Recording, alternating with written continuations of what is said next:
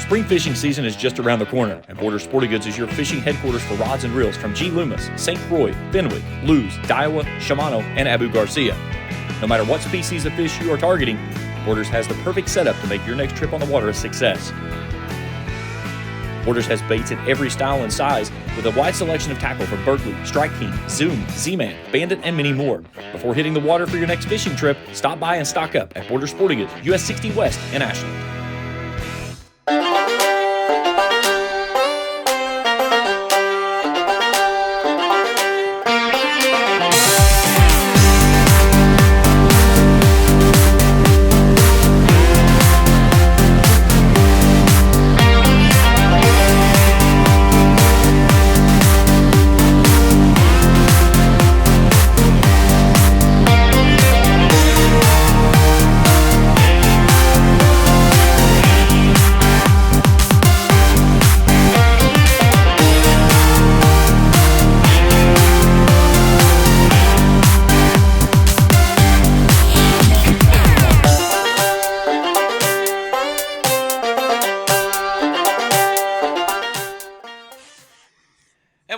To Casting with the Coaches, episode number 8, by the way, presented by Borders Sporting Goods.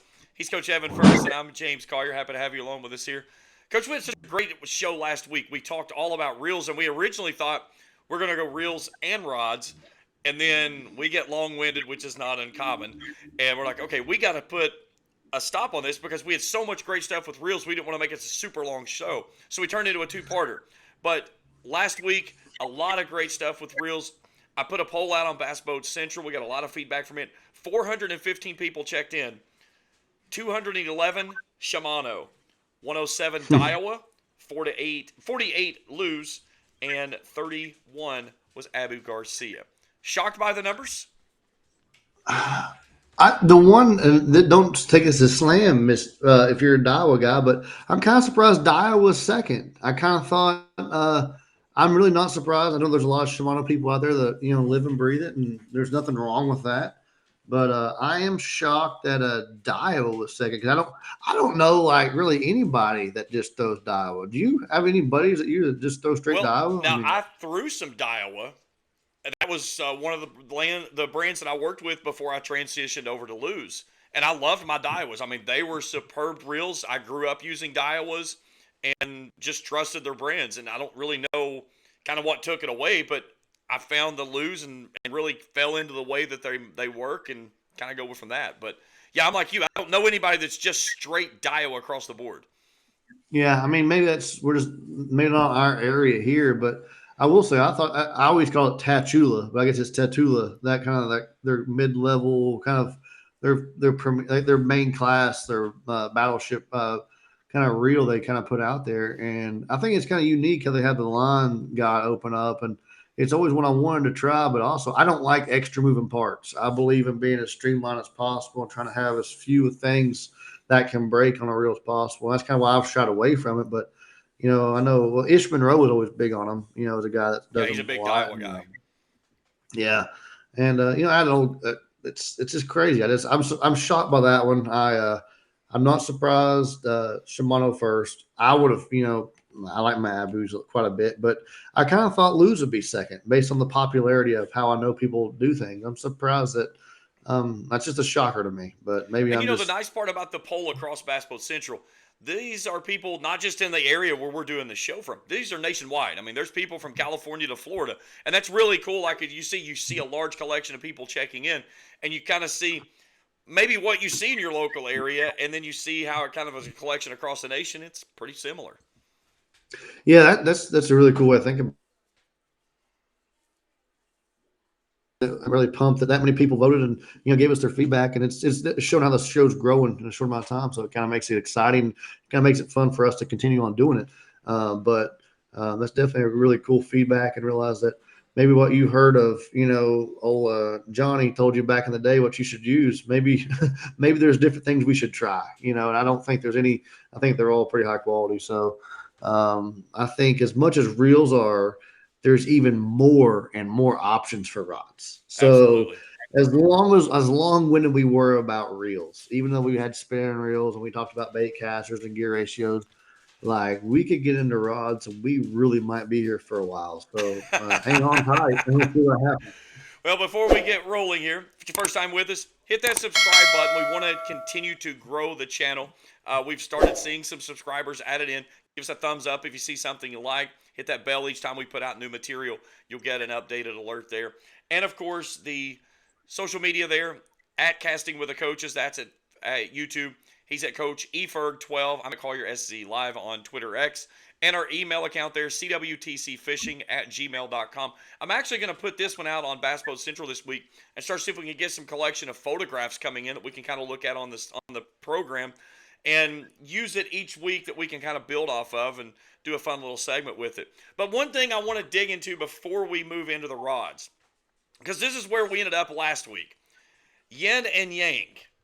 And you pointed out, look, we're both wearing red tonight. But I also want to point out the difference. This is the 8th episode we've done.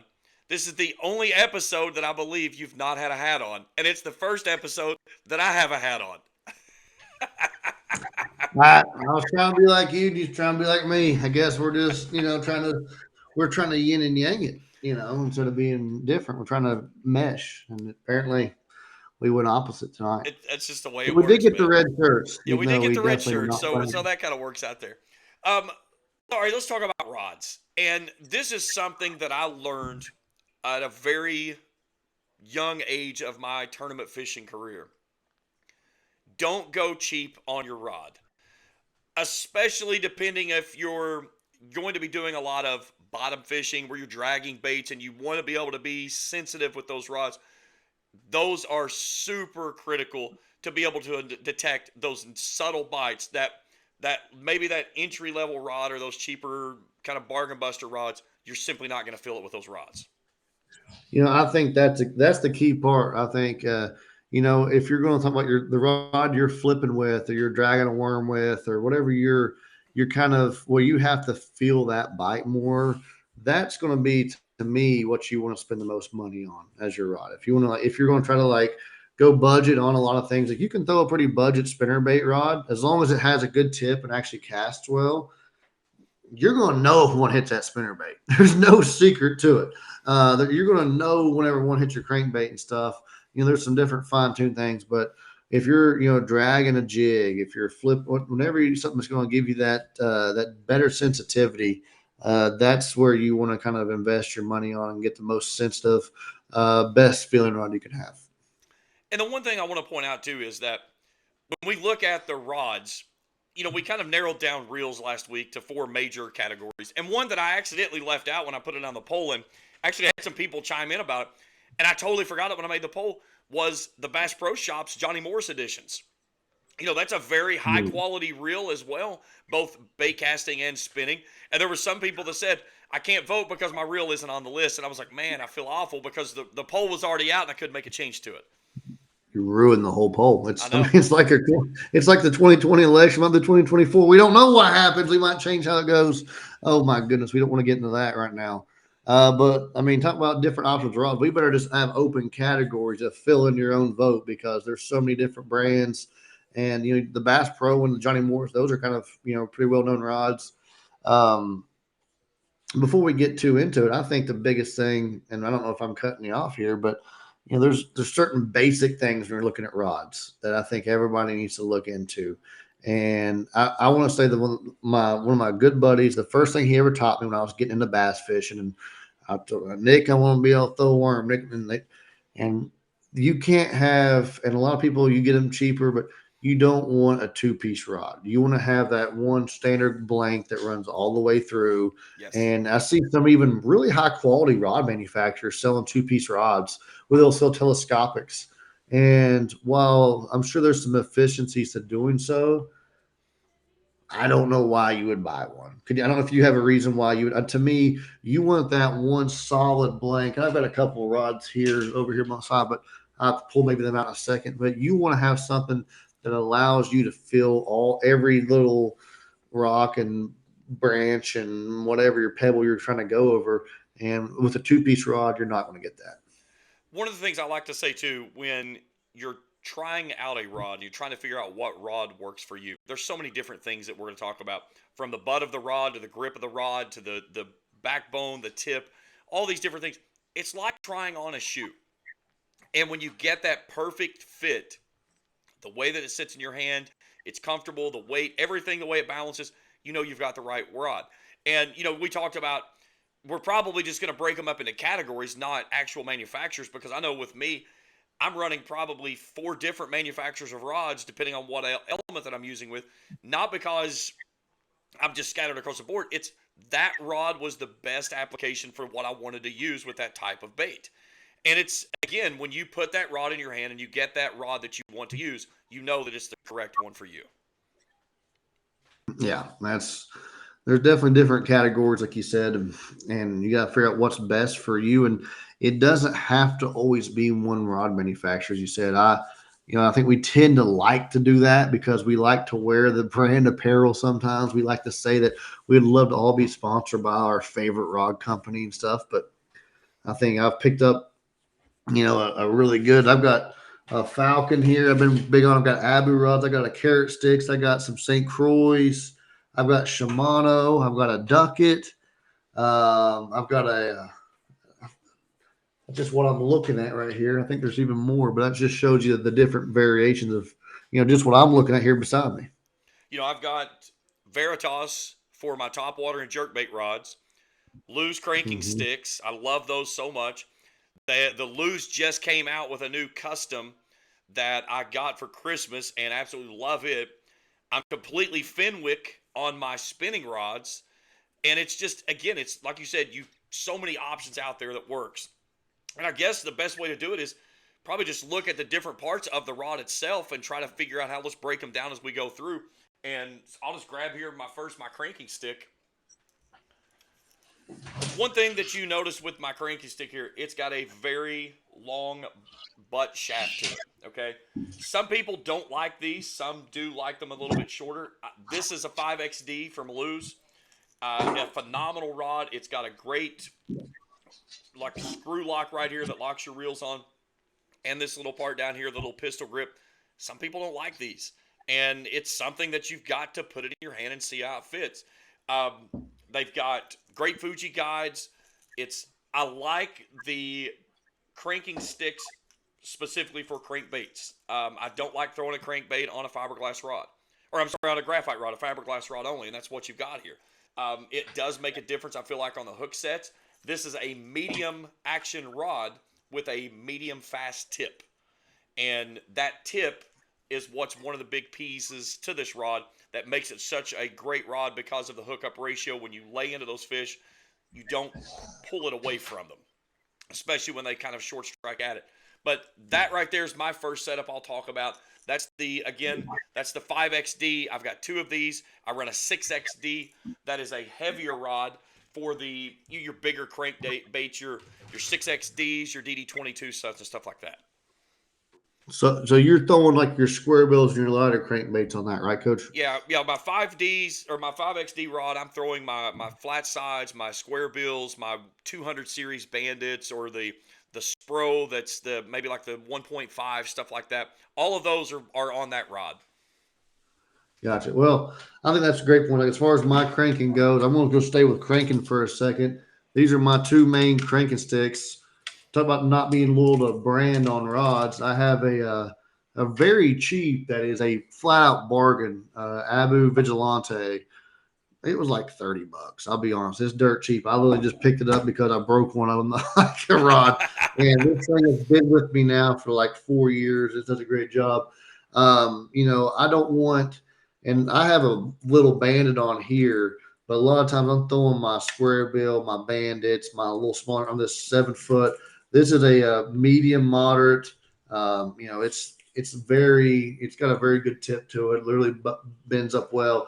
And with that moderate, you're looking at it just as we're seeing. I don't know if you're going to be able to get a great view with my camera here, but something I always do, and if you're new into fishing on mine, you're going to see. I like to, when I pick up a rod at the store, I want to bend it on the ground and kind of see where it's actually flexing at. When I'm looking at a crankbait rod, I'm wanting that thing to have backbone down here below these first couple eyes. Actually, probably my first 3 eyes worth. and then I want the rest of this rod to really bow up and bend. So that's something to consider. You want that rod to really have about halfway bend. That's why I like those, more of a moderate action instead of the fast actions with our cranking sticks. You brought up a good point with the fiberglass and the graphite stuff, because that fiberglass, you don't feel it as quick and it gives you a little better feel to it. I have this Duck. It's a 7.6. It was a 7.6 when I bought it. I think it's about a 7.3 now after the tips I've put on it over the years of slamming it on stuff. But, that's a little bit, this got a rock crawler on it. So it's a little bit more torque. I want that little bit heavier, I can cast a little bit farther with some stuff. But, we're kind of on the same page on what we're looking for there.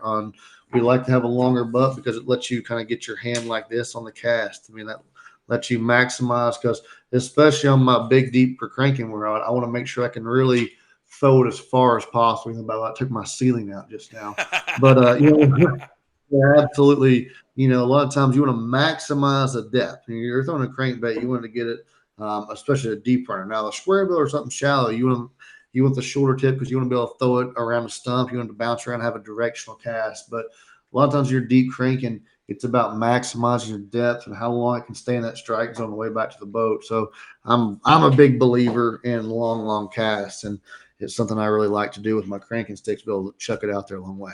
Something you were talking about there on the tip. You got these first 4 eyelets here. That's the ones that we're looking at, what we're talking about. When you put that rod tip down on the ground and bend it, you want to see that thing really give. That's that quick tip there.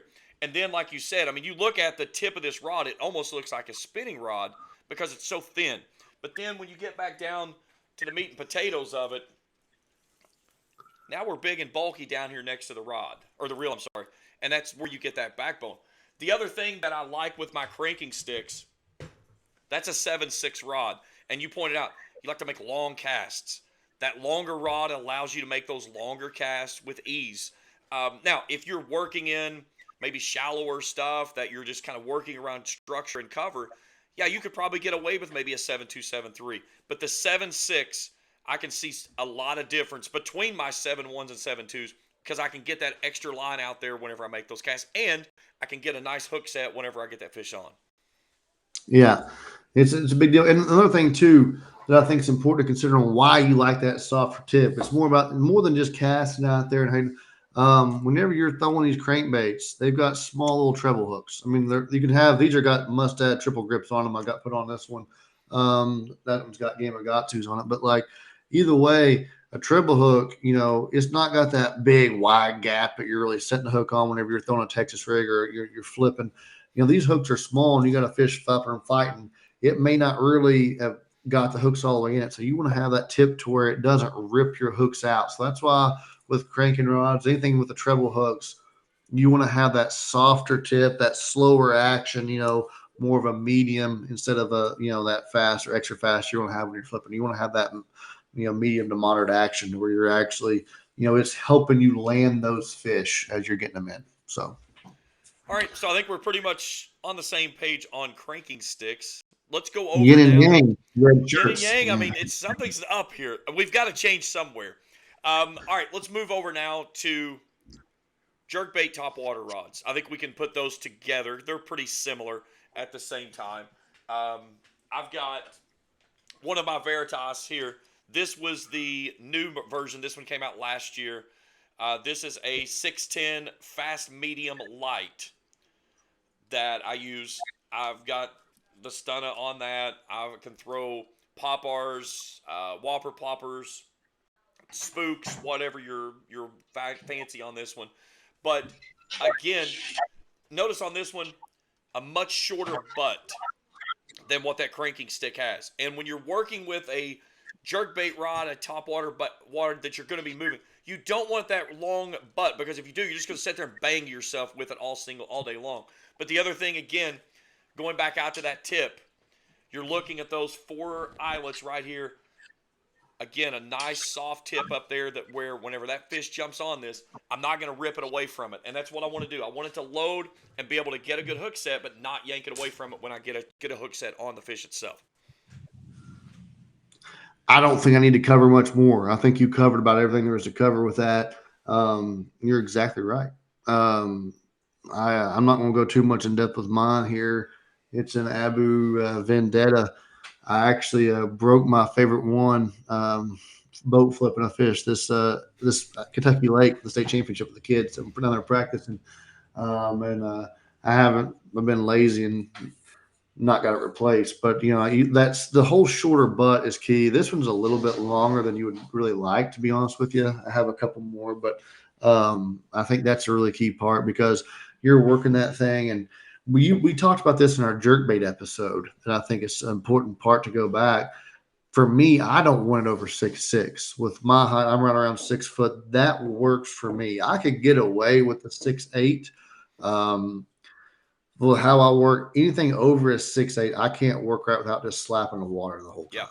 At least how I work it. So, if you're taller than me, you can get away. And obviously, the longer rod, the farther you're going to cast. The more a lot of perks to that. But just for me, I'm not going to go over a 6'8" and probably not a 6'6" with my jerk bait and top water. And like I said, you could probably go a little bit more than that, like you talked about. Yeah, so I'm 6'4", and my jerkbait rods, they're 6'8", 6'10s. And it's like you said, if you try to use anything longer than that, all you're going to do is you're going to sit there and you're going to smack the top of the water, and it's going to disrupt your fishing pattern that you're trying to do. Plus, it's causing extra noise in the water itself. But 6'6", 6'8", those are usually your kind of go-tos. And depending on your height, you can extend them on out there. But your average height fisherman, you're probably around 6'6", 6'8" to be able to be comfortable and be able to work that bait the way it's supposed to. Yeah. And one thing I do this time of year with my jerk bait, and I don't obviously, I'm probably not carrying a top water rod through the wintertime very much. We talked about that, but we're going to go over this next week with our line episode. But I like to be a Mr. Mono. But there's even times with the jerk bait I want that fluorocarbon, to get it sink and have a little bit smaller diameter to get extreme depth out of it in those clear water lakes this time of year. So I may be carrying that with fluorocarbon on my jerk bait rod while making sure you have to, though. Either if you're throwing top water, it's the other addition to that. You have to be using either braid or monofilament. If you're doing, fluoro, you're going to be sinking too much. So I just want to make sure to remind people of that, and for going over kind of like starting this as a beginner level up. That's important. But to go on, one last thing is I don't think you need a very expensive rod with this stuff. You're going to see your bite whenever you're throwing your top water. There's nothing that's going to surprise you. You don't need to have something fancy. You're going to know when that jerk bite happens.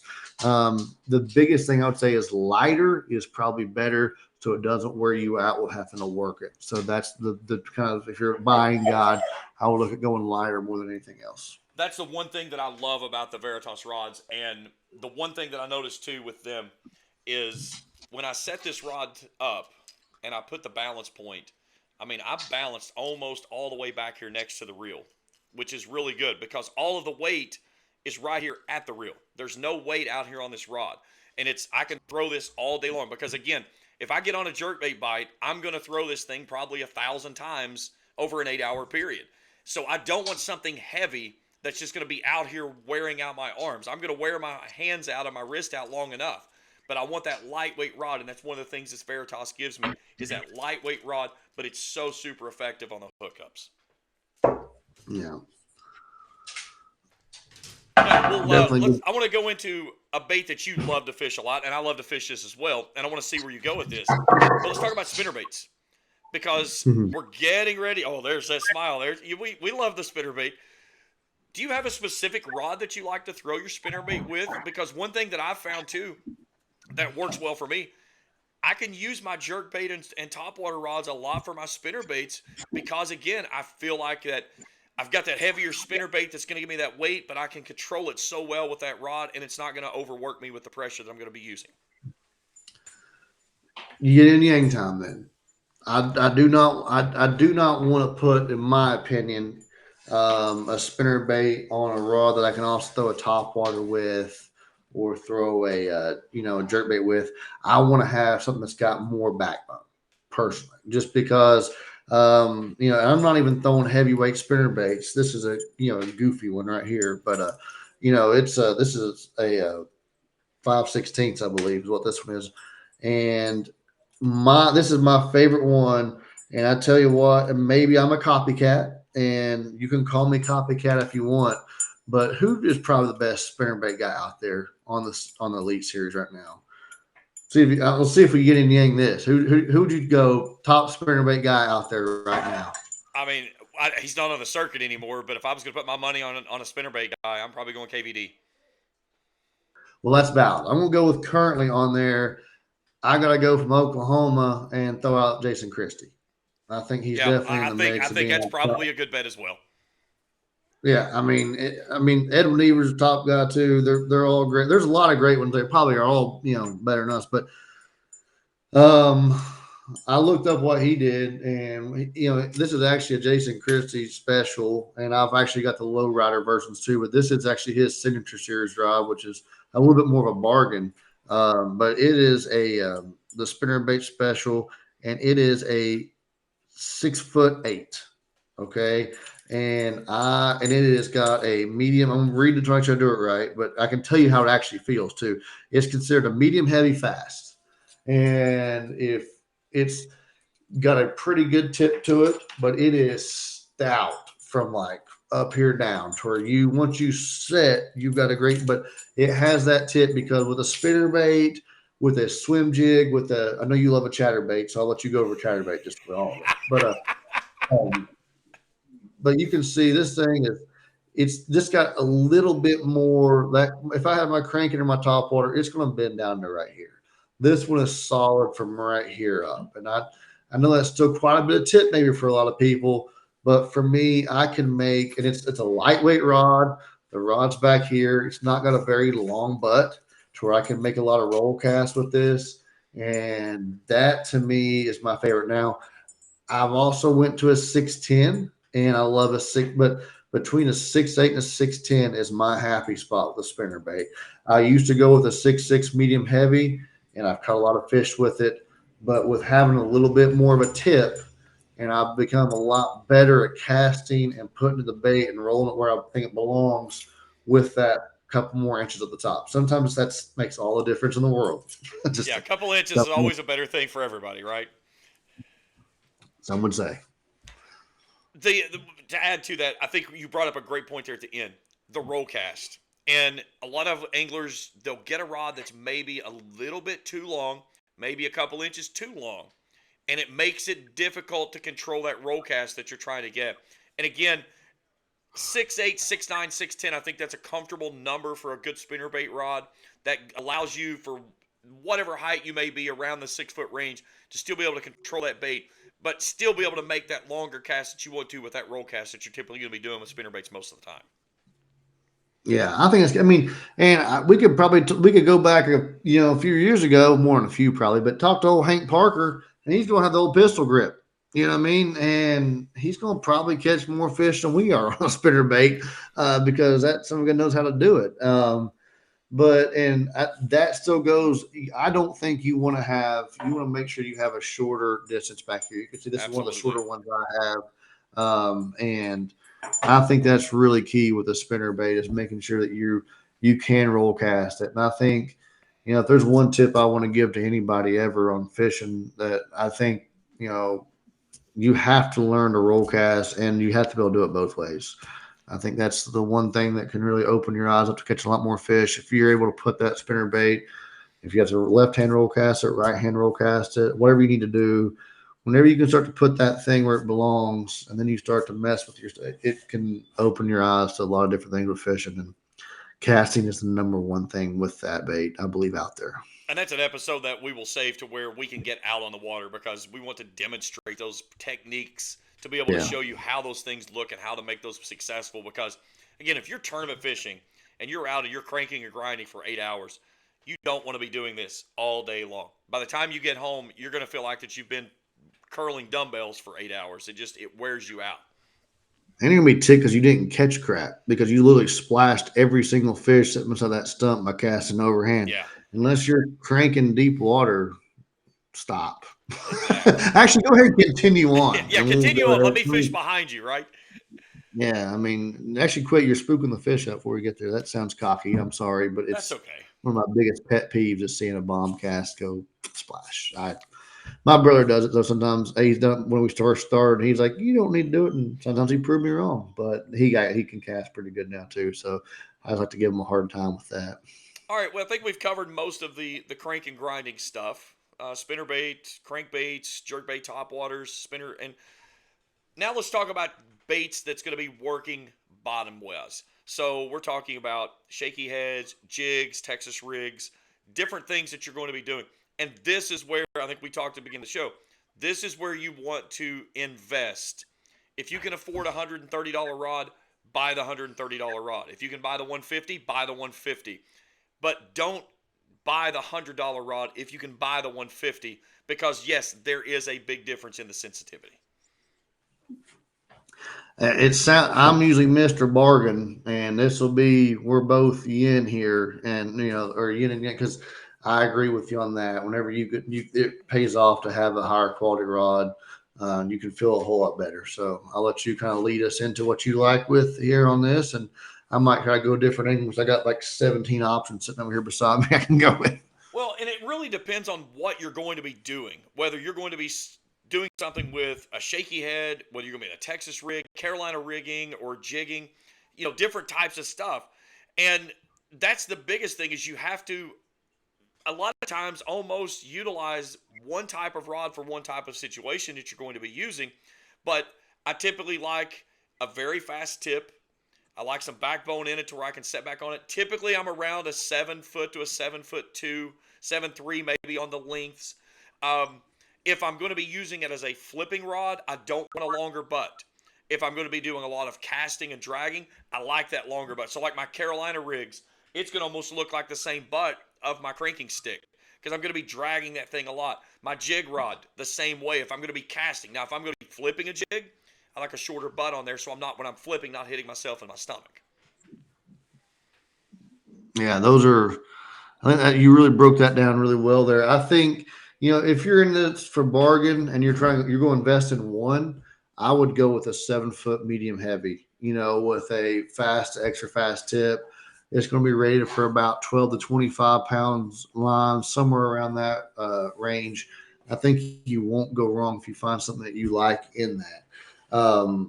That's kind of your all arounder that can do a lot of work. I bought this 7 foot carrot stick years ago, and I've got a football jig on this thing, and it's been a workhorse. I mean, everybody talks about these things breaking all the time, and it'll probably break now the next time I fish with it because I'm saying this.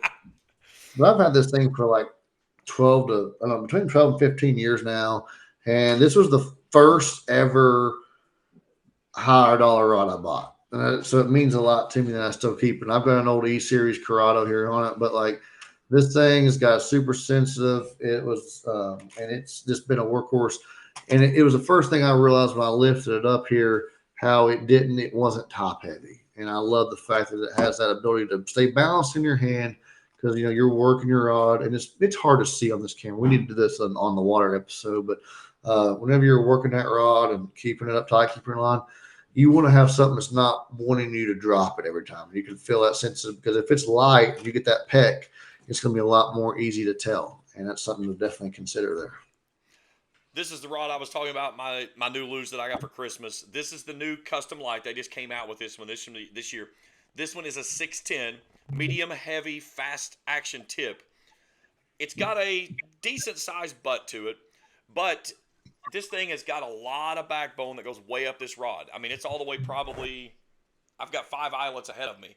But then I get into a really short or small tip that gives me that process that I want to be able to feel stuff with. But this thing is super lightweight. And that's the thing. If I'm going to have something that I'm going to be dragging along all day long, I'm going to be holding this in my hands. I don't want a rod that's going to be overly heavy. But I've got this set up with a tail spinner right now. I think this was a 3/8 or a 1/4 ounce tail spinner. And I can cast this thing perfectly. I can flip it if I need to. But I've got plenty of subtlety with that tip that's going to allow me to work this thing to where I'm not pulling it away from the bank as I'm trying to work it down those bluff walls. Yeah, that's a great thing to add there as far as, it's not making you pulled away from it because, I think too many times we're always, letting that pendulum away from the target. We're locking our line in too much. And, this is one of mine. This is a 610 as well. with that little bit softer tip is still this is a medium heavy with a fast tip. This is the finesse jig special from Falcon. I got a spinner bait on it right now because I was winter timing it a little bit ago.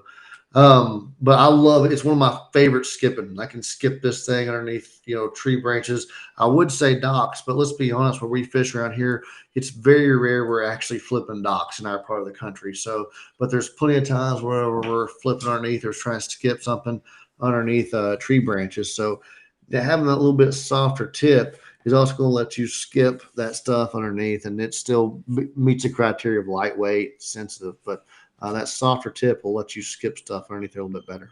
Now, when you're talking about your bottom baits and the rods that you're looking for, you bring up a great point there. You have to understand the area that you live in, of the type of stuff that you're going to be fishing. If I'm going to be doing a lot of docks and I'm going to be skipping under a lot of stuff, I want a shorter rod because, again, I'm going to be able to make that cast. And if I've got a longer rod tip, I'm not going to be able to get it going kind of the way that I want it. If I'm going to be doing a lot of long distance casting or fishing deeper water, I want that longer rod so I can make those longer casts, and the shorter distance isn't as big a deal. Yeah, like if you're fishing deeper water, say you're ledge fishing the Tennessee River, or you're fishing Texas, you have those, you're flipping the big heavy timber, or you're fishing big rock piles out. You like that heavier rod and that longer rod, because you're gonna be throwing a little bit heavier baits, a little bit. You want to pick up that slack and go drive that hook home. But if you're flipping, shallower grass and not around as shallower stuff, you can get away with a little bit lighter rod. Something else with your bottom baits, and to go along with the idea of what you're doing. Say you're in, I'm just going to throw out Florida, but there's all around the country you can find. You can go up north and be flipping grass. Well, whenever you're flipping grass, what type of line are you probably using? You're probably using braided line. And now some of these reels and the rods do great. They put on new guides that are really great about actually not messing up. But one thing I'm still a big believer in, if I'm going to throw braid on a rod, which is it's not on this one, but you can see, just for example, it has your old school. Well, I thought you could see it. There we go. Aluminum eye here without any special. The Fuji inserts sometimes work well, but I don't know how many times I've popped my insert out by using braid and cut into my Fuji inserts by using braid, and that's something to consider if you're going to be running a lot of grass. You get something that's like the zirconium inserts or something that's going to handle the braid. That way you're not cutting into it, then kind of creating frays and creating weak spots in your line. So if you're going to be flipping braid or flipping heavy braid around grass, you might want to consider the type of guide you have on your rod as well, something that can handle that. We talk about how much kind of preventive maintenance we do for our reels at the end of each season, getting ready for each season as we move forward. And I think a lot of times we just kind of look at our rods and say, well, it either works or it doesn't. One of the things that I personally like to do before I get ready to start for that next season, I take a look at that top guide on every one of my rods. Make certain that there's no grooves in it. There's no, like you said, some indentions or anything in those line guides, because all it takes is that one little spot to make a sharp edge. And then every time you make that cast or every time you make that hook set, now you've got a sharp edge that's sitting there just waiting to catch that rod. And I've had it happen. I had a cheaper rod one time, got a groove in the top of it, didn't realize it, set the hook, and it was like a razor went right through it. Couldn't figure out what was going on until I finally looked at the rod tip and figured, okay, something's up with this rod. And yeah, it had a groove that was cut in it from the rod. Yeah, and I've had that even on some fancier rods too. I don't think it just relates to just cheaper ones, but it can happen with a lot of them.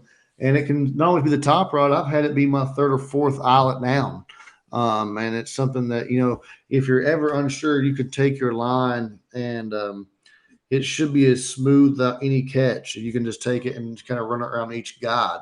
And if you feel that catch or fray, that's where your fray is at, and it's something that that's the one that's causing the fray. And you'll realize that if you're casting, you start to feel your line like, what's this fray coming from? You need to check your guides immediately. It's something that because it saves the heartbreak in the end. If you're getting fray, put that rod away There you for the go. day. For What do the you day. say? You're going to turn into Happy Gilmore. Yeah. Well, the last grouping of rods here, I know this is your absolute favorite rod to fish with, and I it's actually do like it. the spinning rod. And it I, was I, it was funny. I saw a video today on YouTube, and it had a thing on it. It said, "Would you rather drink a bucket of bleach or throw a Ned rig?" And the guy said, "Give me the Okay. bucket now."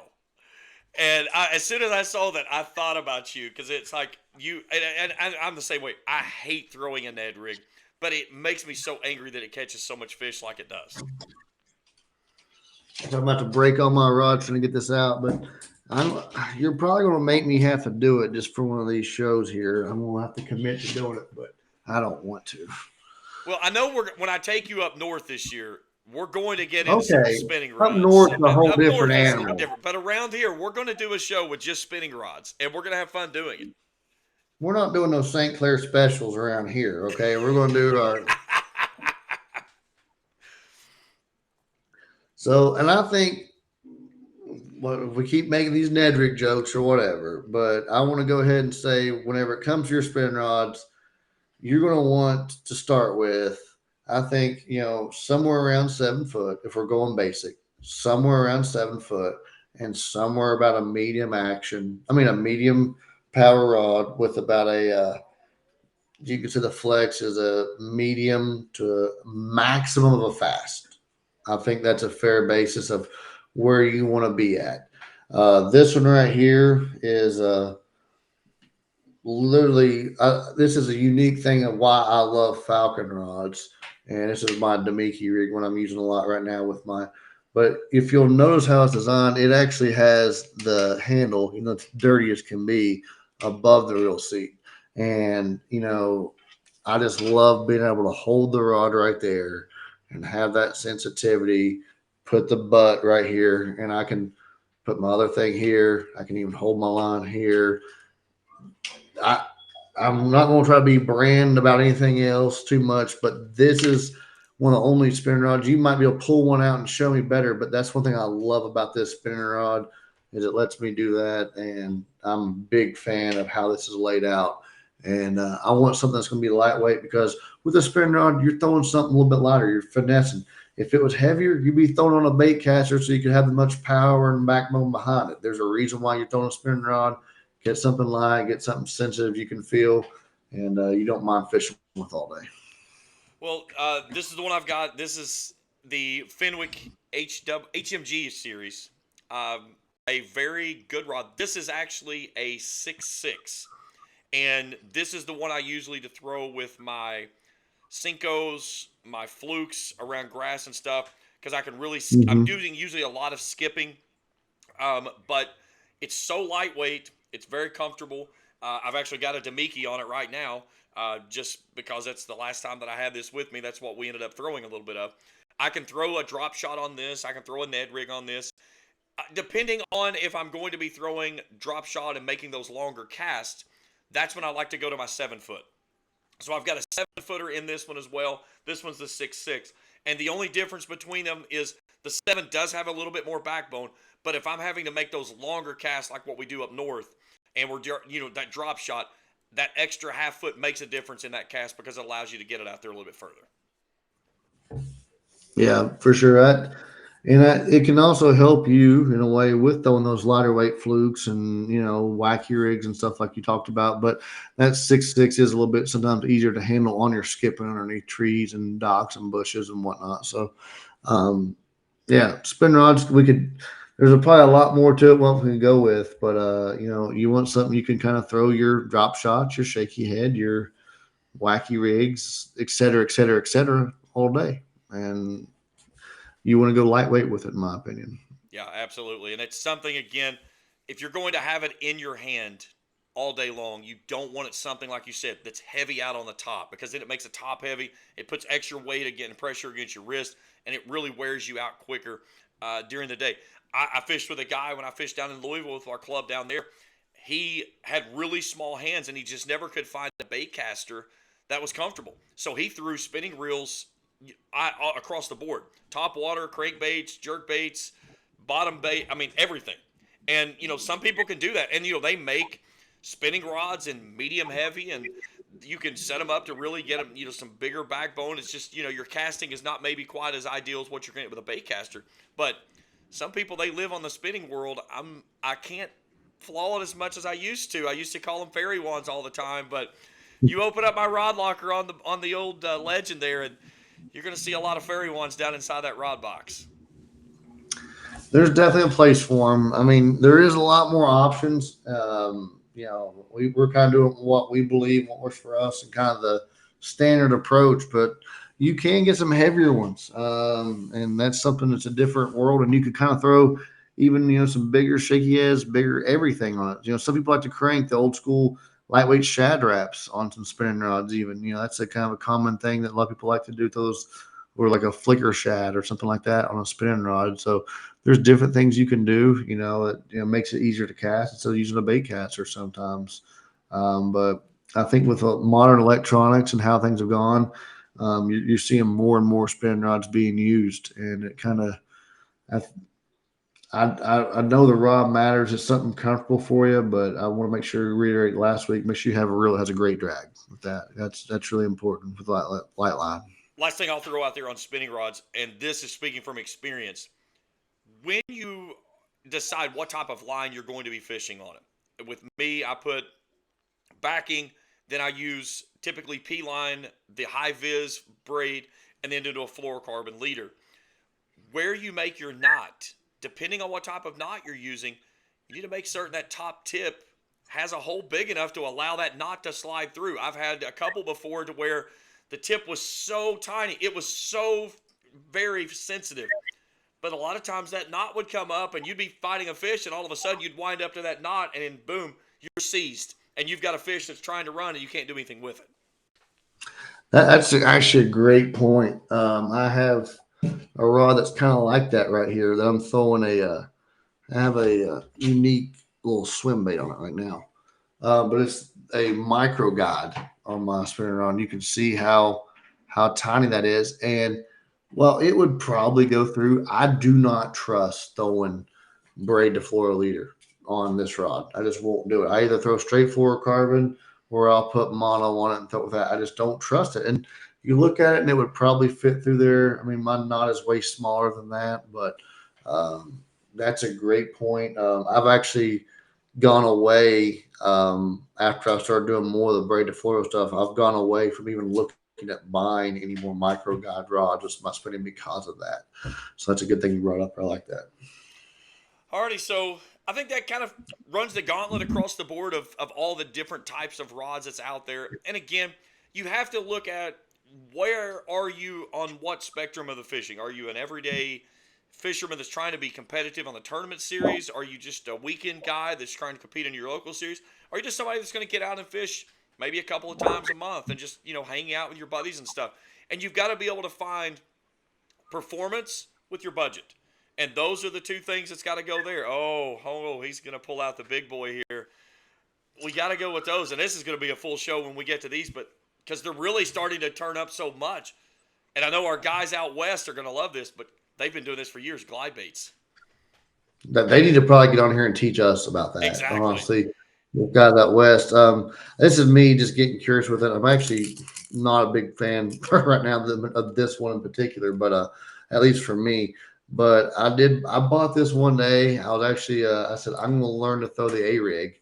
And I got tired of trying to fight it on throwing on, lighter weight tackle. And I went and bought this. It's a cheaper rod. It's an Abu Vengeance. But it was a 7.6 heavy. It can handle, it says 2 ounces. It's, a half ounce and 2 ounce lure. It's got a 14 to 35 line rating. And once I got this, I really realized throwing an A-rig, throwing a big, heavy, obviously a weight bait, a glide bait or something like that. It kind of realized it's very doable. Sometimes I'll put, really heavy weight. If I'm throwing like a 3/4 ounce jig and I know I'm wanting to go in deep water with it, I can put it on here too. But I think that's another type of the rod that we need to make sure we at least brought up was those kind of heavier things. Some people, we don't live around a lot of that really matted vegetation where you're going to be flipping with something like this. But those guys will even flip with stuff this big. And it's kind of a world I'm just getting into. So I'm not going to try to pretend that I'm an expert. There's a lot of you guys that watch this will be able to teach me a lot on this. But if you're going to throw big baits, don't try to do it on underpowered stuff. It's going to wear you out. It's going to frustrate you. What I do know, if you're going to throw something bigger, get your rod that can handle it. Make sure you're throwing it on a quality reel that can handle it, or you're just going to be mad. And the big thing that you have to understand too, when you're throwing a big bait, you're not throwing a big bait for a little fish. You're going to see some little fish around it, but typically you may only get 2-3 bites a day on that, but they're going to be those super quality, those kicker fishes that you're looking for in tournament fishing. Yeah, it's definitely a different dynamic. Some terms they don't allow, the A rig. So always, and some lake states are different on how they. But that was what I first started throwing on that, and that very first day, my buddy that took me, he's like, "There's no way," and I actually got lucky and I caught two on it. And because around here, I think there's not a lot of people around here that really consistently, live and die with an A rig. I mean, there's sometimes down, early spring anymore in Yatesville, it works here and there, but the kind of the worst kept secret there was there for a little bit. But I definitely, it's something that you need to definitely keep in mind. And a lot of people kind of got rid of it. I'm not going to throw that. I don't want to throw that thing. It's stupid. It's hard to throw. But the right rod is the whole difference. And I don't know if I won't say that's the right reel. You can get some of those bigger, catfish almost looking reels that people are doing that stuff with on those heavier things, on those big swim baits and stuff. So really, you can look into a completely different reel dynamic on some of this heavy stuff too. But we kind of stayed in that kind of basic bass world, for lack of a better term. So Yeah. it's interesting how much more we can go with.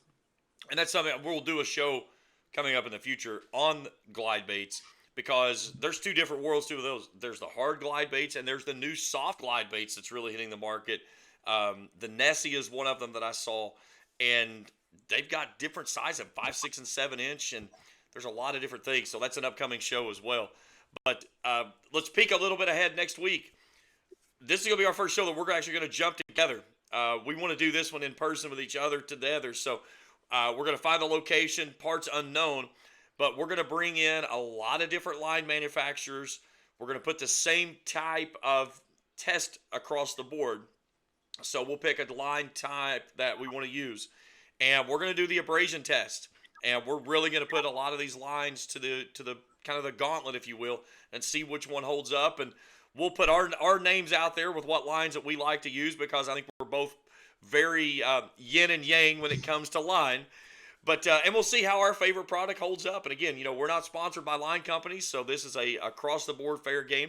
And I'm going to put a poll out on Bass Boat Centrals as well and get the feedback on that of what line people like to use. And I think there's a lot of great line companies out there that's going to give us a lot of great results. I think it can be really eye opening, and I think that one thing with that, I'm excited as can be for next week. Sorry, I hit the mic there. I cannot wait to do that line test. And one thing I think a lot of you guys know that I know is sometimes one spool from that same company can be better or way worse than the exact same line test, everything. And I think that shows you that how you probably want to stay away from stuff that has quality errors that bad. But I've definitely seen that where like one spool of something has been fantastic, and then I bought another spool of that same thing, and it's been horrendous. So we're going to have some interesting dynamics to that one next week. Definitely something you're going to want to tune into. I can't wait to do it, and it might actually change some things because, like you said, we're not sponsored. I don't have Sunline or P-Line or Bass Pro or Stren or whoever sponsoring us. So like whatever works the best, I'm not going to let my line cost me.